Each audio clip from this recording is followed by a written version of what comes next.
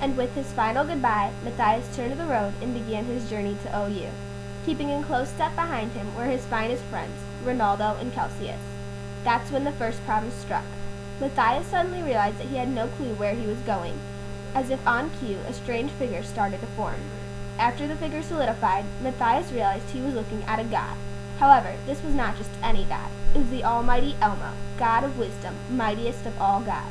Matthias Jaftia, son of Bob Jaftia, from the land of Hurun, I have come to thee today to help you begin your journey, said the almighty Elmo.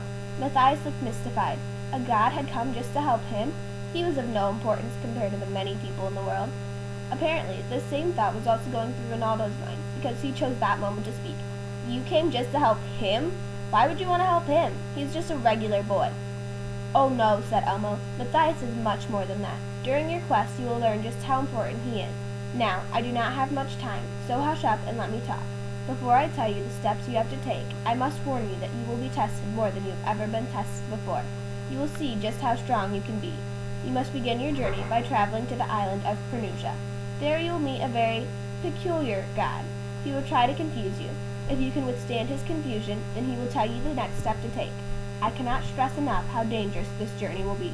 Trust no one. With that said and done, Elmo began to disappear. Before any questions could be asked, he was gone. Matthias had nothing to do besides start his journey and head to Pernusia.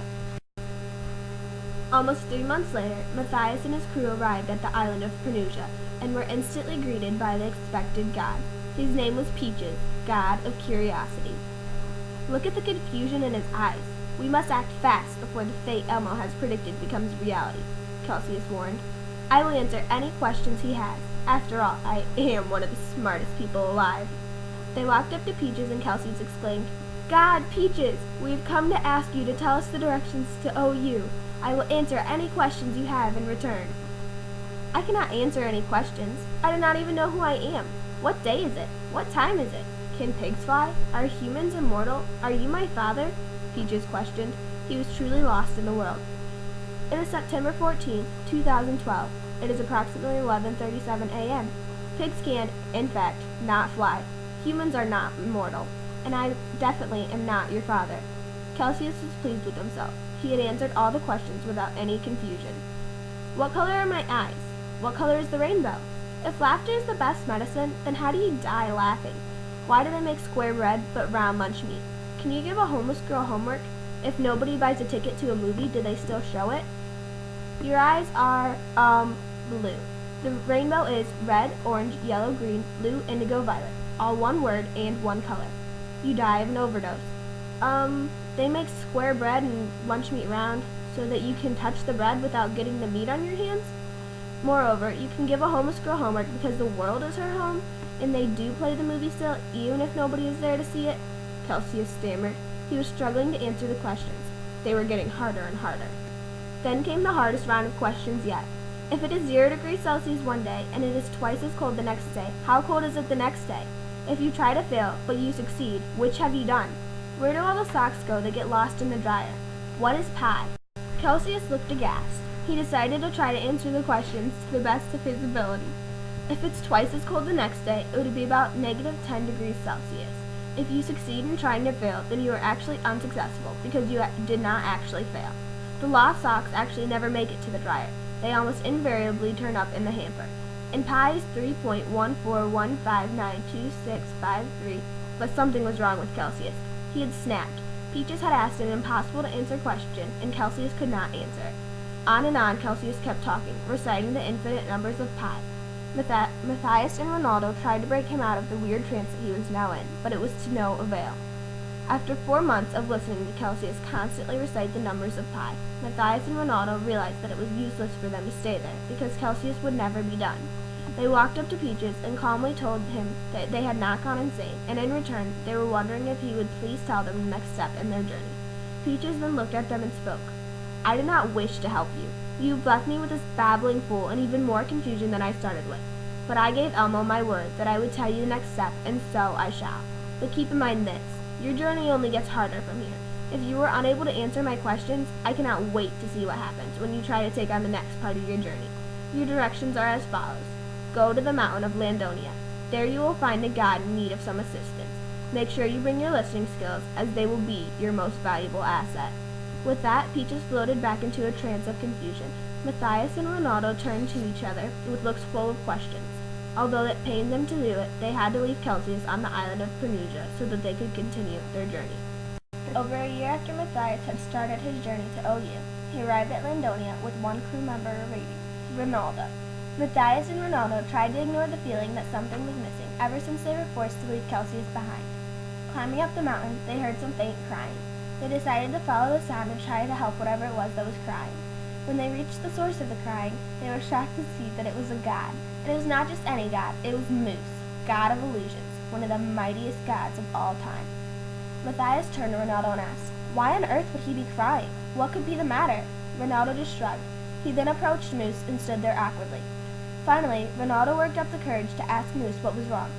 "Mighty God, Moose, why are you crying so? Has something happened to you? Is there anything I can do to help you?"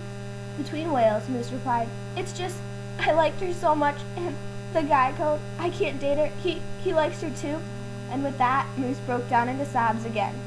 "Oh, Moose, don't cry. If you just calm down and explain to me what happened, I promise that I will give you advice to help you," Matthias said. Moose took some deep breaths and tried to calm down. When he had finally stopped crying, he began to tell Matthias what had happened. "So a while ago, my best friend told me about how he liked this girl. He really liked her. He still likes her, actually, and he would always talk about her and tell me how perfect she was. Soon, I started to agree with him. I started liking her too. Now, I really, really like her. Nevertheless, since he liked her first, I cannot date her. Every day when I see her, a little part of me dies inside because I feel so helpless about the whole thing." Matthias contemplated what Moose had told him. "Wow, I have to think about that more. But probably the biggest thing I can say right now is do not let it ruin your friendship with him. No relationship is worth ruining a friendship. A friend will always be there for you. A girlfriend will not. Trust me, I learned that the hard way, and I'd give a lot of things to take it back." "But I like her so much. What if I just tell my friend and we talk about it? Do you think I should do that?" Moose questioned. "Definitely not," Matthias immediately answered. "The best thing to do is probably do not say anything to anyone about it. Because if him or any one of your friends find out, they'll create jealousy along with countless other bad things. I know it is hard, but you have to just kind of tell yourself that you cannot have her. Try to ignore your feelings and try to still be interested in other people. Treat it as if they were already dating. Do not be involved. If you end up liking her so much that you cannot see yourself with anyone else because that person would be a second choice, then just wait it out." "I can't do that. I can tell myself that I don't like her, but that is only because I love her. And you want me to just pretend that those feelings are not there? That is like pretending that Hitler did not want to kill all of the people in the concentration camps. Impossible. In addition, I definitely cannot wait it out until he doesn't like her. I do not know if my heart can take it until then. I would rather die than have that happen to me. You have not been any help at all. In fact, I think you made things worse than they were to start with." With that, Moose burst into tears again. No amount of consoling from Matthias or Ronaldo could stop his tears. He was truly heartbroken, and Matthias' advice had done nothing except for make Moose feel worse. It had been good advice, but for someone who was as deeply in love as Moose, it simply wasn't helpful. After a while, Ronaldo decided that he was tired of Moose's tears. "It will be okay, Moose. Do not worry about it. We're here for you." For some reason, this rubbed Moose the wrong way. He exploded on Ronaldo. "Do you think I want you guys to be here for me? Look at what you've done to me. You have only made things worse. Just do me a favor and leave. The next step in your journey is the hardest yet. You must take a boat across the Sea of Mystery to the coast of Pity Nile. There are your new directions. Be safe, well, as safe as possible. Moreover, do not let your greed get in the way of your goals of OU. Now please, just leave. I don't want you here anymore." Matthias saw that there was no more he could do for Moose except give him the privacy that he now wanted so desperately. He turned to Ronaldo and said, "Well, let's be on our way." It took Matthias and Ronaldo almost 2 years to get to the coast of Pity Nile. The Sea of Mystery would not allow them easy access to the coast. It did everything in its power to prevent them from reaching their destination, but finally they arrived at the coast. They wandered around the whole coast before finally running into the person they assumed to be their next mission to accomplish. The twist was, it was a goddess that they were meeting, and not a god. Her name was Lala, the goddess of joyfulness. She was gorgeous. Matthias and Ronaldo had never seen anything better looking in their lives. "Welcome to my coast. I hope you've made yourselves at home. Oh, look how dirty you two are. Please, follow me to my home where you can wash yourselves," Lala insisted. Matthias and Ronaldo could not turn her down. They were filth-coated. Lala led the way to a little hut in the woods. Once inside, Lala showed them the bathroom. They both went inside and began to clean up. Ronaldo spoke first. Matthias, did you see the way she looked at me? I think she likes me. I think I'm in love with her. Ronaldo, you just met her. She really looks beautiful. Her soul is evil, I guarantee it. There has to be a catch to her generosity. Just wait. Do not do anything we will regret. This journey is dangerous, so this illusion will not last long. Enjoy it while you can, but do not fall for her. Remember what Moose said. Do not let our greed get in the way. Stay true to yourself.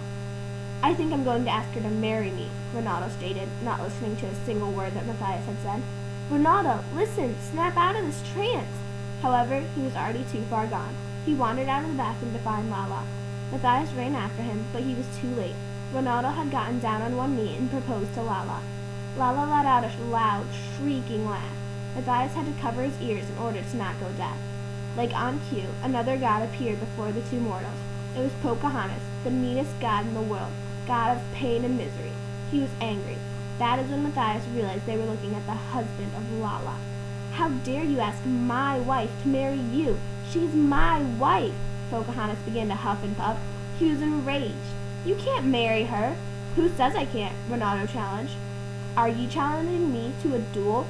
You, a mortal, are challenging me, a great and powerful god, to a duel? I accept. This will be an easy win. Pocahontas started making boulders appear and slamming them on Ronaldo. The fight was over before Ronaldo even knew what was happening. He was dead. Pocahontas turned to Matthias and asked, Do you want to steal my love too? He violently shook his head no. Then get out of my house, screamed Pocahontas. Matthias ran out of his house. After a few minutes, reality set in on him. He did not know where to go next. He never got the new directions. Matthias had suffered through 4 years of torture and near-death experiences. By this time in his overwhelming journey, he was starting to lose hope once more. He was lost, a hopeless human stranded in an unknown area among very dangerous gods and goddesses. How was he ever to reach his destination? Suddenly, an old friend appeared before Matthias. It was the first god that had helped him begin his journey. It was the great Elmo. Look at you, dear child. What has become of thee? Asked the almighty Elmo. O wise one, I have failed you. I was not witty enough to answer the senseless question Peaches inquired. I was not able to bear the tears and drama that Moose had presented me with. I was not strong enough to turn away from the glorious beauty of Lala. Thus, I was not powerful enough to defend myself from the brutal Pocahontas. I am not worthy of your wise words. I beg of you not to waste your breath on me. Elmo let out a great sigh. Matthias could see the stroke of disappointment that flashed in his eyes. The only thing you fail at is self-confidence, young Matthias. You are strong indeed. Only the strongest of strong can admit to the mistakes that they have made and the weaknesses they possess. Thank you, Elmo, but I have lost my crew and my way. Even if I would try to finish my quest, I would not know where to start. I am alone now. I am nothing but a castaway. When a lad is as kind-hearted and loving as you, Matthias, there is always someone out there watching after you. You have many friends, and you, yourself, are an amazing friend to have. With these unique qualities, I will grant you one gift. It is really quite a simple present from a simple man. Surely you cannot be referring to yourself, Almighty One. A simple man? Hush now. The gift is not extraordinary, but it is at great use to someone like you, Matthias. Close your eyes. Close them tight. With those words, Matthias clenched his eyes closed as hard as a mortal could. Within seconds of him closing his eyes, he could feel the atmosphere around him change. He could sense a new presence with him and Elmo. Now, open your eyes, child, and behold the simple gift I have presented you with. Matthias slowly and unsurely opened his eyes. The gift before him was anything but simple. It was unimaginable. It was his long-lost friend, Nicium, god of friendship. Matthias's eyes grew 10 times wider as he ran to give Nicium a long, overdue hug. My friend, my partner, my brother! I haven't seen you in what seems like ages, Matthias said with excitement. Matthias, it's so nice to see you again. I have fantastic news. I've been attending this amazing school named OU for a few years now. I've come to you today, not only as a gift from the great Elmo, but also I've come to escort you for the rest of your journey to OU.